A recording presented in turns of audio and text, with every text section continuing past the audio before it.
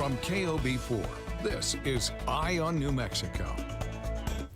It's the calm before the storm. New Mexico state lawmakers will return to the state capitol in just a few days for the 60-day legislative session, and there is a lot of prep work happening right now. Thanks for joining us for this week's Eye on New Mexico. I'm Griffin Rushton.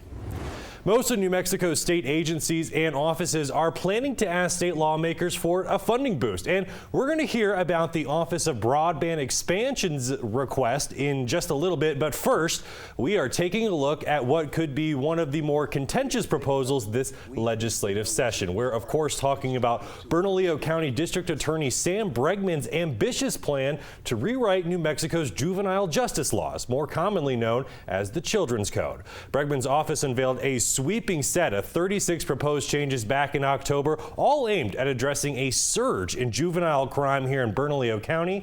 With less than 2 weeks to go until the session, I sat down with DA Bregman for a look at the problem he's trying to solve. So tell me, first few days in the year, when you look back at 2024, what are some of your first thoughts when you look at crime in Bernalillo County? Well, first of all, I think in looking back at 2024, I'm thrilled with the work that the prosecutors and the support staff in this office did on making this community a safer place. I mean, if you think about it, we convicted 280 people in the last 2 years of murder through trial or plea agreements. So there's one measurement, if you will. But overall, I can tell you, I feel like crime is getting better for the most part. It's starting to turn. It's a big ship in the ocean. It's starting to turn. But I'll also tell you that juvenile crime is not at all even close to where it needs to be. It is something that continues to keep me up at night.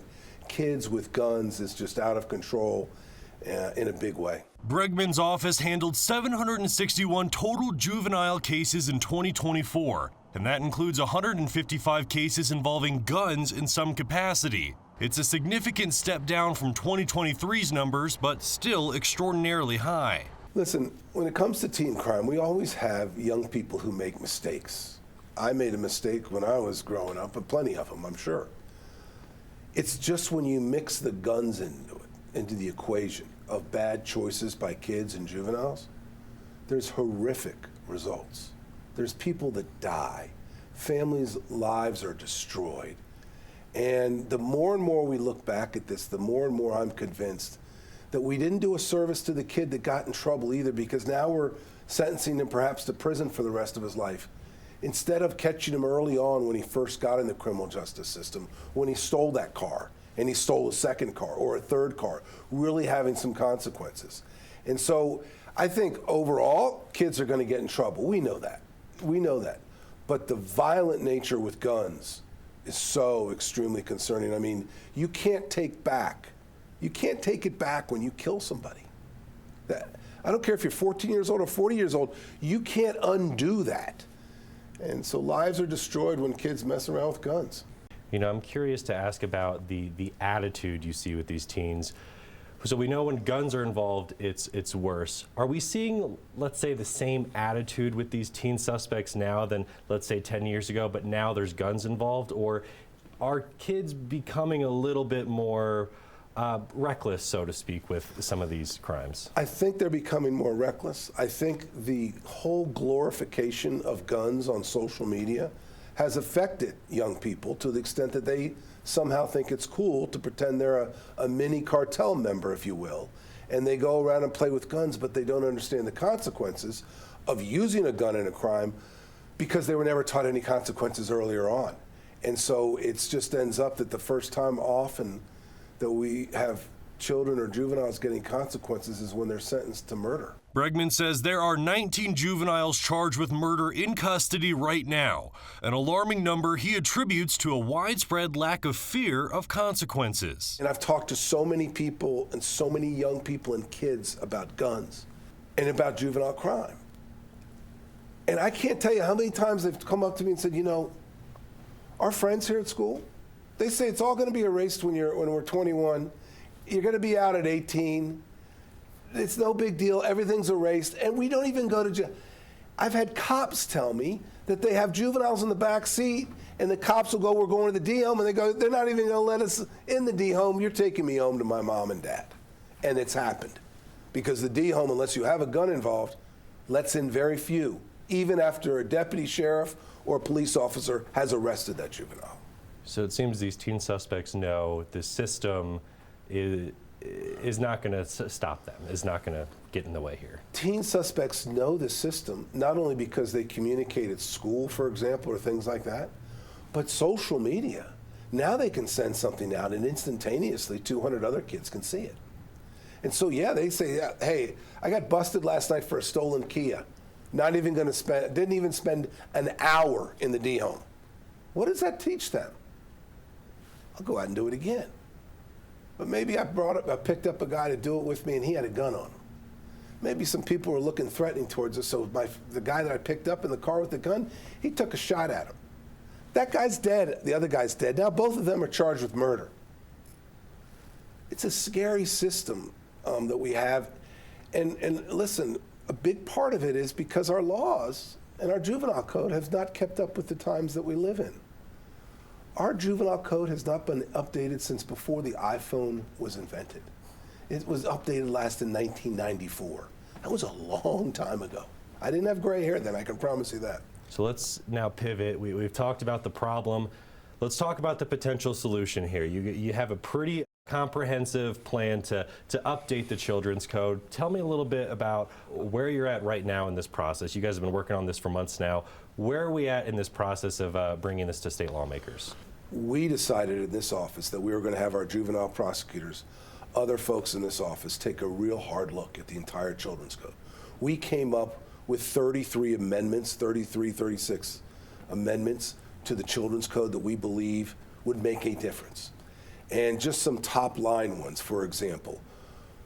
I spend about a third of my time talking to victims of crime in this job. That's about a third of my job is talking to victims and their families of crime.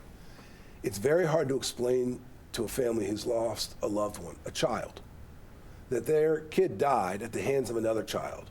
And the most time that child's going to do is until they're 18 years old, and they're 17 and a half right now.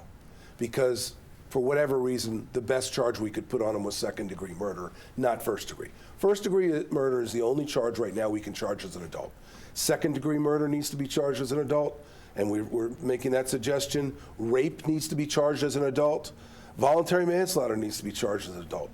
There are crimes when lives are lost, and the crimes and the nature of them are so violent that we must hold them accountable. We must take them off the streets for the safety of the community. Those are big changes to try and make more types of crimes, violent types of crimes, being able to charge them as adults. DA Bregman is also proposing to extend jurisdiction over youthful offenders from 21 to 25 years old. But when kids get in trouble, and none of this is about throwing away the key on kids.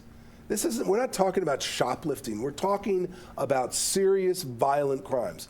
We should be able to have a longer jurisdiction so that a probation officer knows what's going on with that kid when he's 18, when he's 19, when he's 20.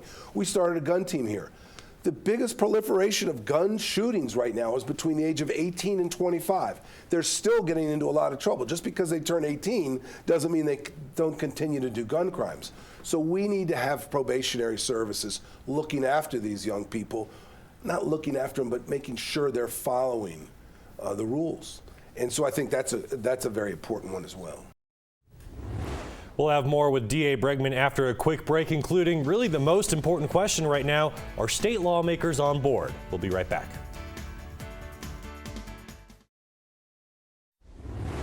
What do you anticipate could be some of the big arguments against some of these changes? Some of the big arguments that I've already heard, because I've testified in some interim committees about this, is that the brain is not developed and they're just kids, and any kind of punishment towards a child is not good.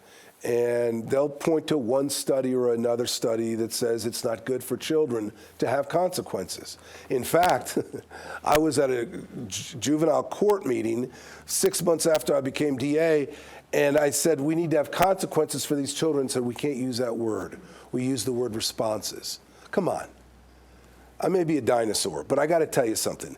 Kids need to learn that if you do this, this is the consequence, and we as adults need to follow through on those consequences. That's how I learned as a kid. I think that's how most kids learn. If you touch the stove, you get burned. You don't do it again because there was a consequence. It's the same thing when it comes to crime, but we somehow have completely forgotten that and don't want to do anything to disrupt a child from being able to do whatever they want, apparently. No, if you mess up, there's going to be consequences and you're going to have to toe the line. And if you don't, then we're going to continue to escalate it. That's what I want to see happen. And I think it's doing a service for the kid as much as anybody else. Not just the subsequent victims, God forbid, but the kid themselves. What good are we doing a kid if we don't have any consequences for them, if they don't learn anything and they just keep down the criminal path of just continuing to break the laws and hurt people? That can't be the answer. DA Bregman is also encouraging state lawmakers to approve new gun crime legislation along with his children's code amendments, including making it illegal to possess devices that convert semi-automatic weapons to fully automatic weapons, making it illegal to help facilitate gun sales without proper background checks, and making it illegal to knowingly transfer a gun to a minor. Fairly early on, we decided to change our plea policy when it came to juveniles. We said, we're not even going to discuss a plea if it involves a gun until you, child, tell us where the gun came from, through their lawyer, of course, or whatever. This law specifically, and what we found out from that, is that the internet and people are more than willing to sell or give children guns. It is against the law if you're under 19 years of age to have a handgun.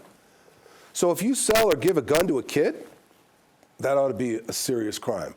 And so we're suggesting that it be a second-degree felony. If you run an application like Telegram, the dark web, or other websites, Snapchat or whatever, that facilitate and don't put any things in place to prevent kids from hooking up 2 hours afterwards to get a gun, we're going to hold you responsible, too, for facilitating that gun transfer without a background check, and that would be a third-degree felony. We want to send a very clear message, this office does, and I hope the legislature sees it the same way, that the law says you can't have a handgun as a kid under 19. Right now, the most I can charge somebody that sells a gun to a kid is contributing to the delinquency of a minor, a fourth-degree felony. That's not enough.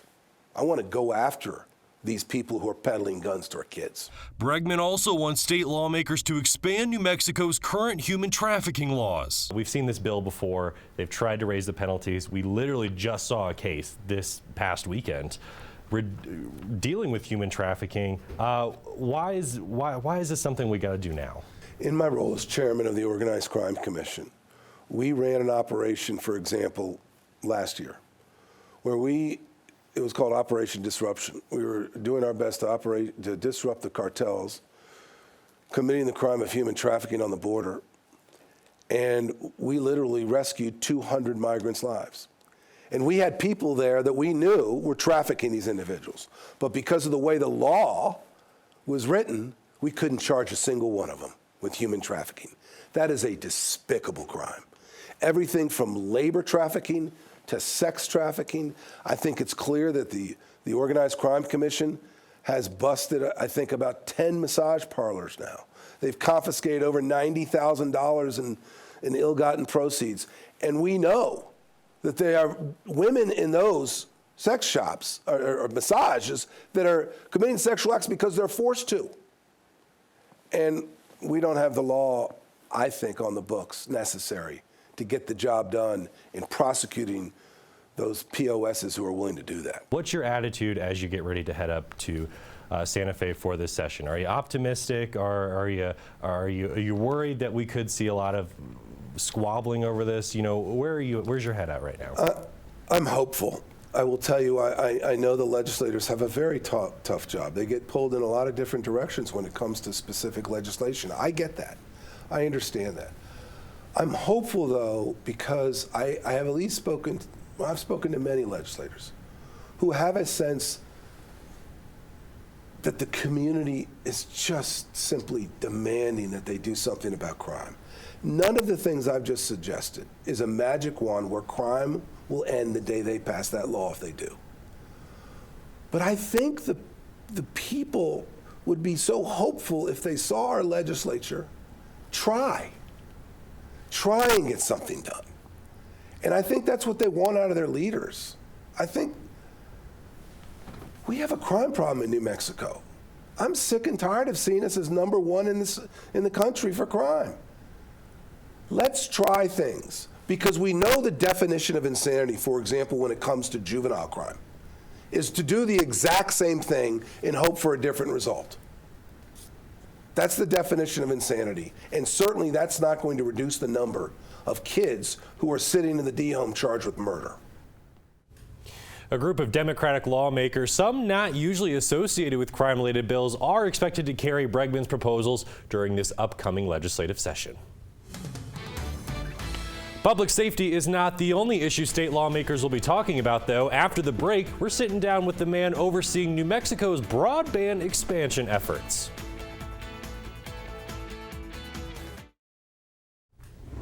We don't need to tell you New Mexico is a very large, very rugged state. It offers breathtaking views, but that beautiful terrain also makes it incredibly difficult to install the necessary equipment to make sure every New Mexican is connected to the internet. That's where our state's Office of Broadband and Access Expansion comes in. It is a relatively new state agency, but the acting director says they're making big strides in connecting New Mexico. We are here in studio with Drew Lovelace, the acting director of the New Mexico Office of Broadband Access and Expansion. Thanks for joining us today. So the OBI is a relatively new state agency. Some New Mexicans probably not familiar with this. Tell us a little bit. Tell us what your office does. Yeah, well, thanks for having me here, first of all. And so the Office of Broadband Access and Expansion is responsible for taking all the federal and state money and putting it into grants to make sure all of New Mexico has high-speed broadband, right? High-speed internet across the entire state. And that's an easier task said than done. New Mexico, yes. Not an easy state to keep fully connected. Tell me, what are the challenges you guys deal with? So terrain is clearly going to be one of those, right? To actually have broadband, you need a couple of different technologies. Fiber optics is going to be one of the main ones that is going to transport all the information for the information superhighway around, and that is generally buried fiber. But there's other ways you can do it. You can do it aerial as well. We use licensed and unlicensed fixed wireless. And then, of course, the newest technology is low Earth orbit satellite. And there's some legacy ones out there. DSL is the primary one that goes over copper phone lines. That's kind of the legacy thing that's being shifted away from. So when we talk about connecting New Mexicans, what is that baseline that you guys are looking for to say that this community is connected? Yeah, so there's some new federal standards that have come out in the last few years, and some of this comes from the bipartisan infrastructure law. Other things have come from the FCC. There's a couple of different government agencies involved at the federal level. So 25 download, 3 upload is going to be the primary number that we're looking at for determining if you have service or not. So those are your upload and download speeds. That's megabits per second. So Mbps is what you see on the back end of those numbers.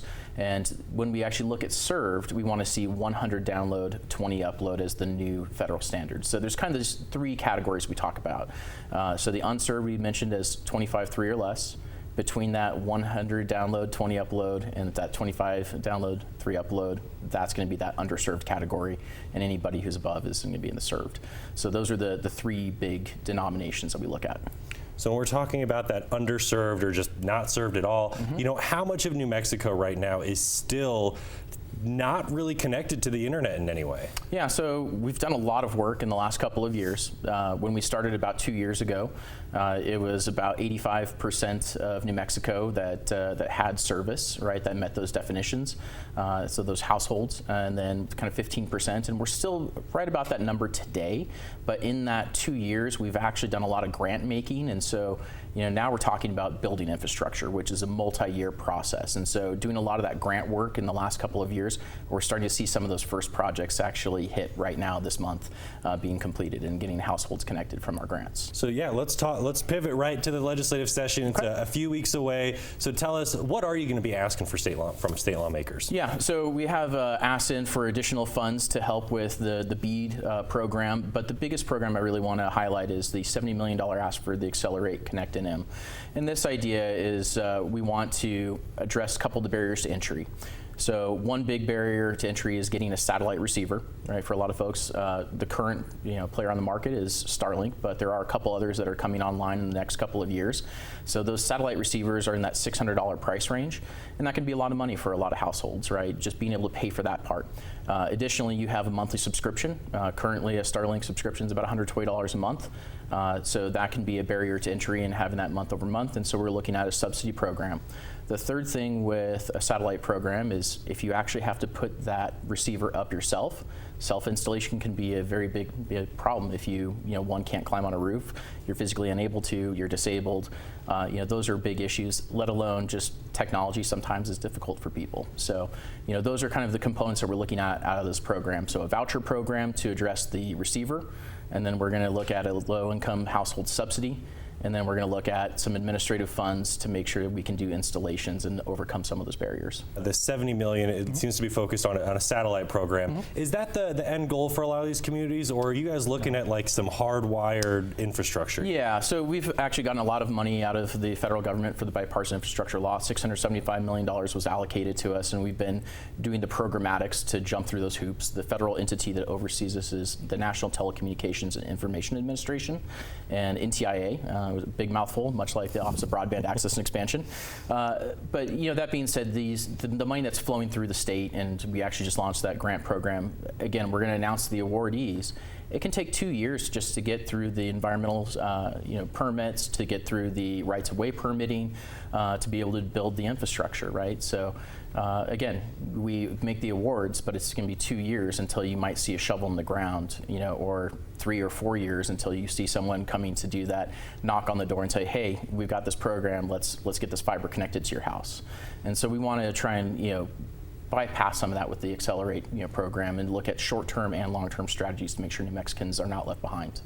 So $70 million, it's a big ask, not the biggest we've seen in the roundhouse in recent years, but have you already been talking with lawmakers? Is this something that they're already receptive to? Yeah, we've already been having those conversations, and the number is a big number, and that being said, infrastructure is always expensive, and so when we actually think about building, it's not the biggest, it's not the smallest. There is a lot of receptivity to especially in the rural parts of the state where the lawmakers themselves experience connectivity issues.